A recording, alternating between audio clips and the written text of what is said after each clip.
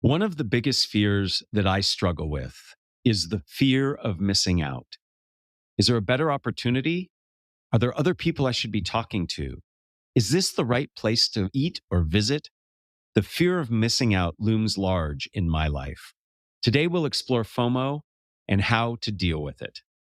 I'm Matt Abrahams. I teach strategic communication at Stanford Graduate School of Business. Welcome to Think Fast, Talk Smart, the podcast.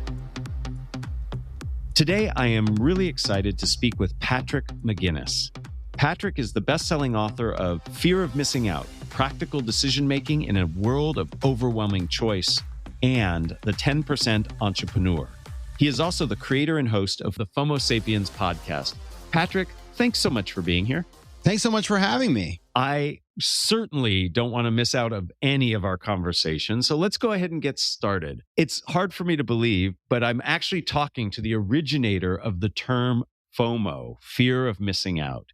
In preparing for this chat, you told me that FOMO, in your words, hijacks us and takes us away from our intentions and gets us to do and say things we don't want and probably shouldn't want. I'd love for you to share more about what FOMO is and how does it work against us? Yeah, FOMO it's a word that we use in jest a lot. It's sort of like a meme, and it is a word that I created when I wrote about it in a humor article in the newspaper of Harvard Business School about 20 years ago when I was a student there. So sorry, Stanford people, FOMO was invented at Harvard.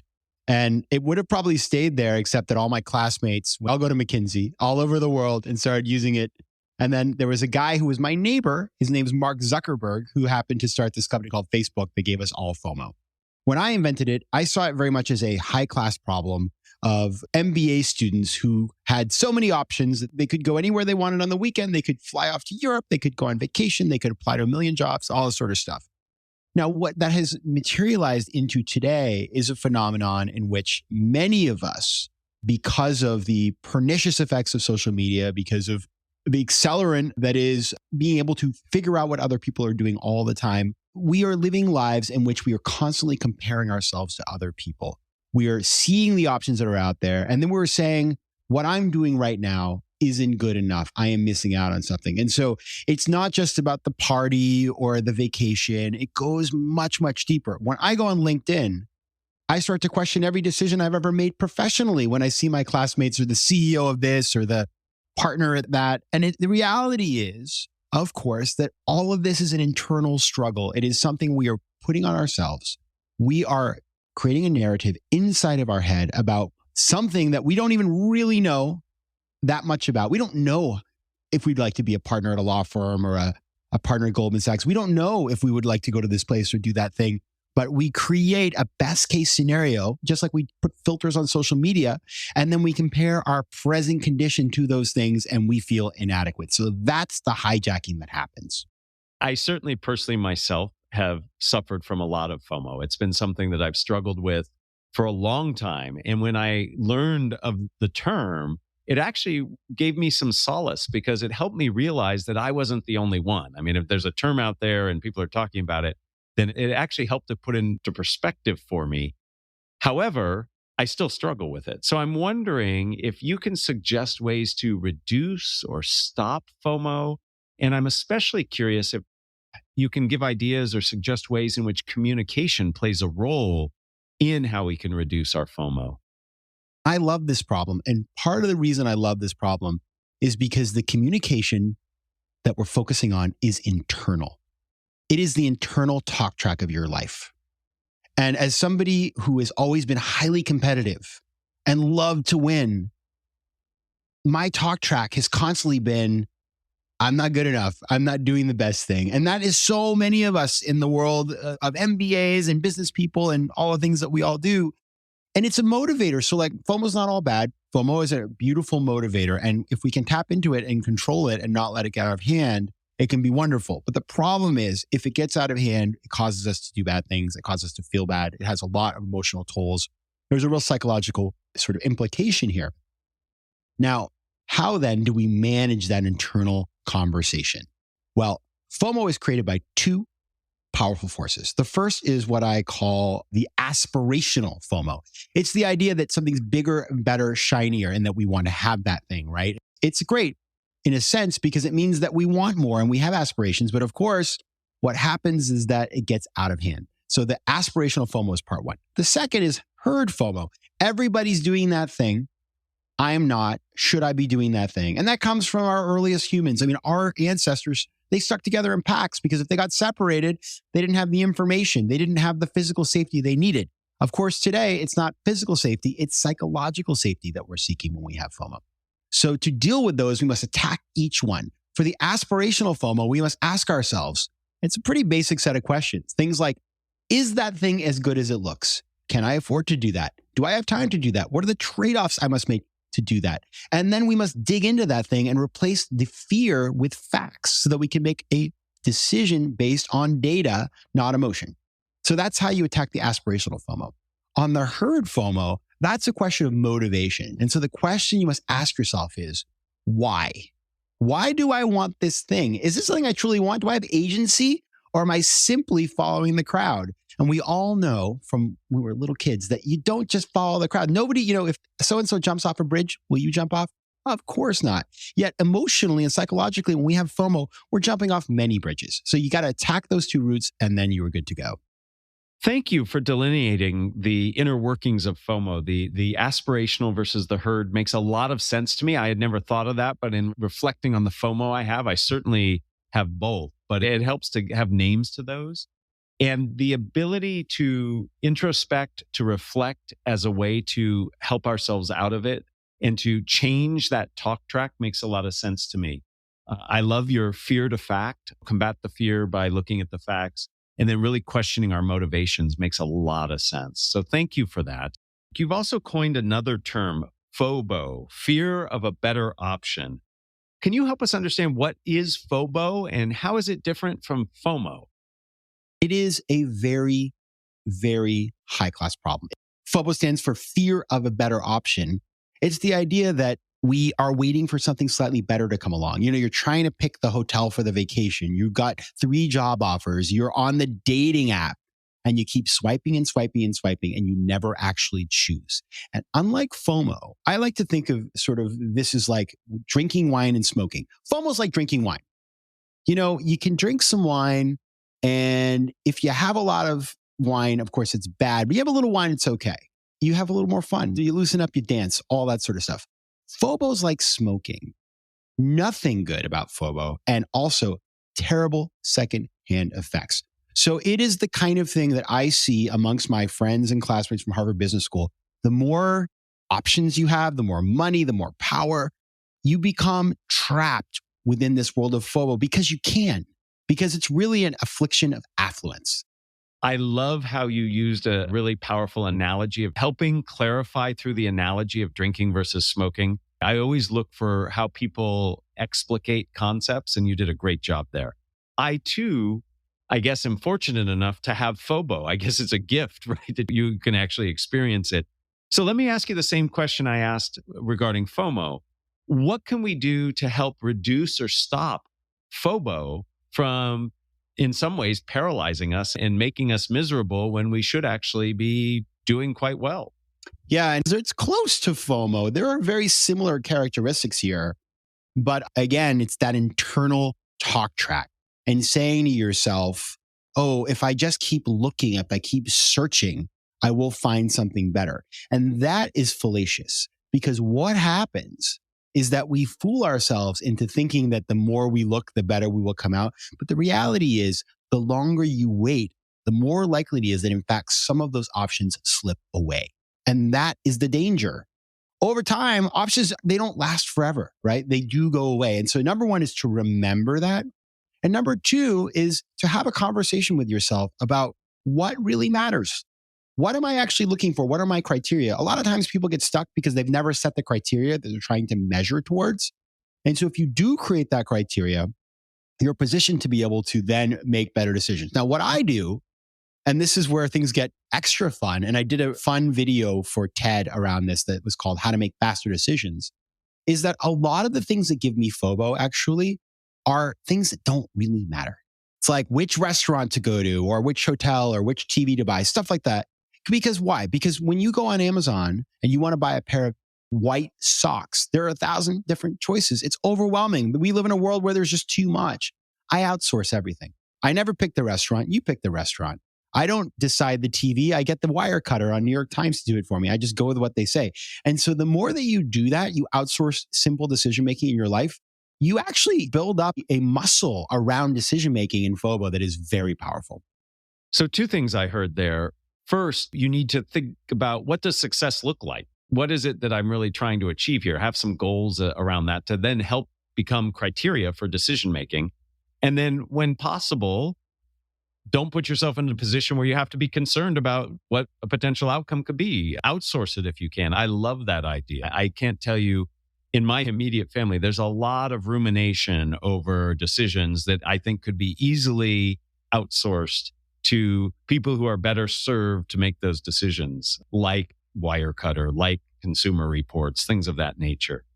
In a conversation you and I had in advance of this, Patrick, you shared with me that you love language and love words. And I just want to comment on that. It comes through in your communication. I love that you use words like fallacious and pernicious and use analogies to help explain things. You're an author, a podcast host, you're using language all the time. Talk to me about your thoughts on language and the importance of it. And why is it important? What do you think about when you think about using language effectively? That's the best question anybody's ever asked me in all of my interviews ever. And I mean that. I love that. It just put a smile on my face because I do love language. And I also speak 4 languages. So I speak Spanish, Portuguese, and French. And I love foreign language as well. And I love the English language. To me, when you're using words, it's just like a puzzle that you're building spontaneously. And why not try to make it as interesting as possible? And so to me, it's just like a constant opportunity to amuse myself and to challenge myself to be clever. And that's why I so enjoy meeting people who love words as well and who are clever conversationalists, because it's sort of like a game. You're playing a game that is very fast paced and fun. And the reality is, if you use language creatively, you'll never be bored. And I am easily bored. So that's really what it is for me. I appreciate that. I too see communication as a puzzle, and I love trying to play with communication. I'm a huge fan of alliteration, and I always try to throw alliteration in wherever I can. What I find that you do really interesting, and I'd love for people to listen to how you speak, you will use engaging words and vocabulary that might not be as common, but you then very quickly, in either the example you give or the very next phrase, you in essence define the word for us. So you help bring along those who might not know the word. And that's a skill that I think any of us who serve as teachers or educators could bring to help people understand what we're saying. I want to ask you, what are you thinking about next? What's the next term that you're thinking of? I put some thought into this myself, and maybe this is just where I am in my age and in my stage of life. But I've been thinking a lot of FOGO, fear of growing old, and also relatedly FOPO, fear of peeing often. So I'm curious what's going on for you in terms of your thoughts about what's next to look at. I love this question because I hadn't thought about this, but now you just got me to, can I break some news here? And it's such the right place to do this because of the Stanford connection. So I've been thinking about the venture capital market. So I do venture capital investing in addition to the other things I do. And right now there's a big retrade happening, down rounds and renegotiations of terms and things like that. And it's a very interesting phenomenon that needs a name. And people are starting to say, oh, it's pay to play and all this sort of stuff. And I don't like that term. I think it sounds very negative, because if you're a venture capitalist and you're supporting a company and you're able to renegotiate, all the crazy terms that you had last year and get something a bit more appropriate and support a company, that's a good thing. And we should call that out and we should appropriately value it. So I'm calling that a support premium. Ooh, I like it. Yes. And I want to do something with it. Support premium. That's one of the words that I really like. And so I hope all you VCs listening, I want to be like, the person from Cowboy Ventures who coined unicorn. I want support premium to be big. All right. Well, we'll try to help you with that. But I think support premium spans beyond just venture capital. I think like FOMO and FOBO, I think there are lots of areas of our life where that idea resonates. Well, before I end, I like to ask some questions of my guests that are a little rapid fire, give us a little personal insight. Are you up for answering some of these? Yes. My first question is targeted based on who you are and what you look at and study. So I want to ask you, Patrick, what gives you FOMO? What gives you FOMO the most? For me, it's social. It's all socially related. I always wonder, am I missing out on some great conversation or great connection? What gives you FOMO? What doesn't? Everything. I left the corporate world to do something very unconventional, and I've loved every minute of it. But I constantly ask myself, like, is this the right path for me? And I think that that's very natural in the human experience. And I try to shut it down and I know how to manage it. But I always wonder, should I have done this other thing? Would I be better at this other thing? And I think, the answer is maybe. Yeah. Right, right. No, and I can relate to that too. I've made several career choices and I often wonder, did I make the right choice? I'm very, very thrilled with what I do, but it's a curiosity of what could the other be. Let me ask you question number 2. Who is a communicator that you admire and why? So I just met this woman at a conference in Sweden called Brilliant Minds. Her name is Rupi Kuar, Kuar. And Rupi is a poet. She got up and read a poem about the female experience. It was amazing.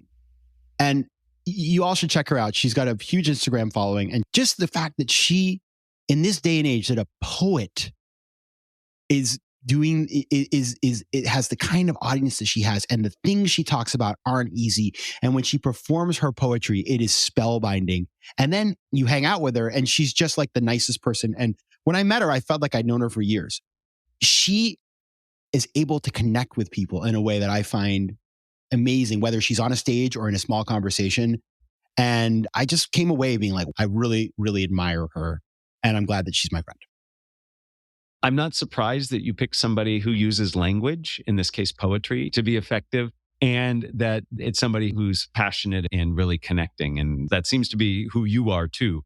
Question number 3, our final question. What are the first 3 ingredients that go into a successful communication recipe? All right. I love this question. The first is truth. We got to be truthful. Like misinformation, disinformation, it's the worst. Truth is number 1. Number 2, humility.